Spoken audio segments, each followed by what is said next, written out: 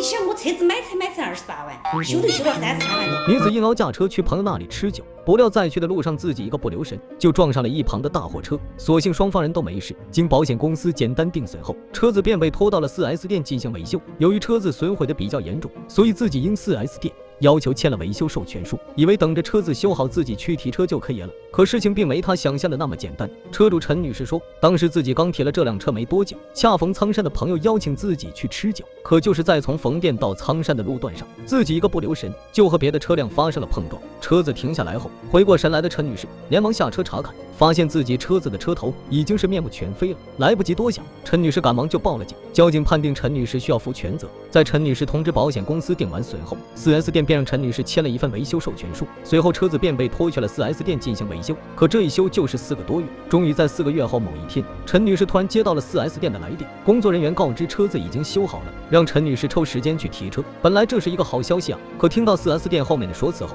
陈女士瞬间整个人都不好了。如果他那种任何一个人就是事先告知我，不说33万20万我都不得修。原来啊，4S 店给陈女士发了一份维修费用单，上面显示车子的零件费用合计24万多元，而维修的工时费也高达8万多元。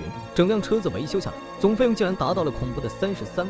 陈女士感觉 4S 店这不是在闹着玩吗？自己提新车的时候，一共也才花费了28万。陈女士感觉一定是 4S 店搞错了，于是决定上门一探究竟。我们可以去办理一个公证。只需要过来完成一个提车的一个动作，它是不会涉及到自己垫付1分钱的这个费用。为此，陈女士很是惊讶。虽然这个钱是由保险公司支付，可自己提新车的时候，一共也才花费了28万多元啊！如今成了事故车，怎么反倒还增值了呢？对此 4S 店是这样解释的：所以它整个过程的话，它一个事故车，而且是进口车哈，每一样配件就可能是几千上万，晓得吗？因为它在定损的时候，最初车子没有修复的时候，可能有些问题你是发现不了的，最后就发生要补丁噻。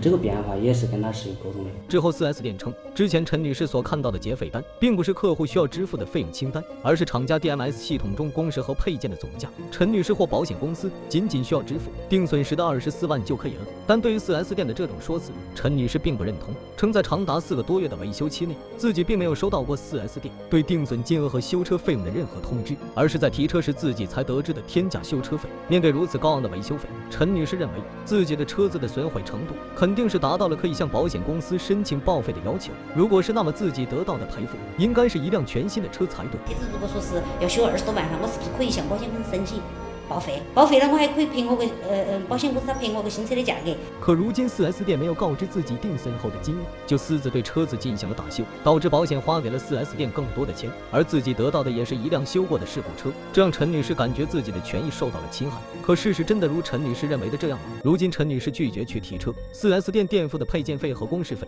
迟迟没人买单。为此 4S 店感觉自己很委屈，称陈女士之前是签了授权书的，那么就代表默认维修。很简单晓得吗？你如果是这个不同意修的是早的事情，因为就签这个授权书就是默认就是维修。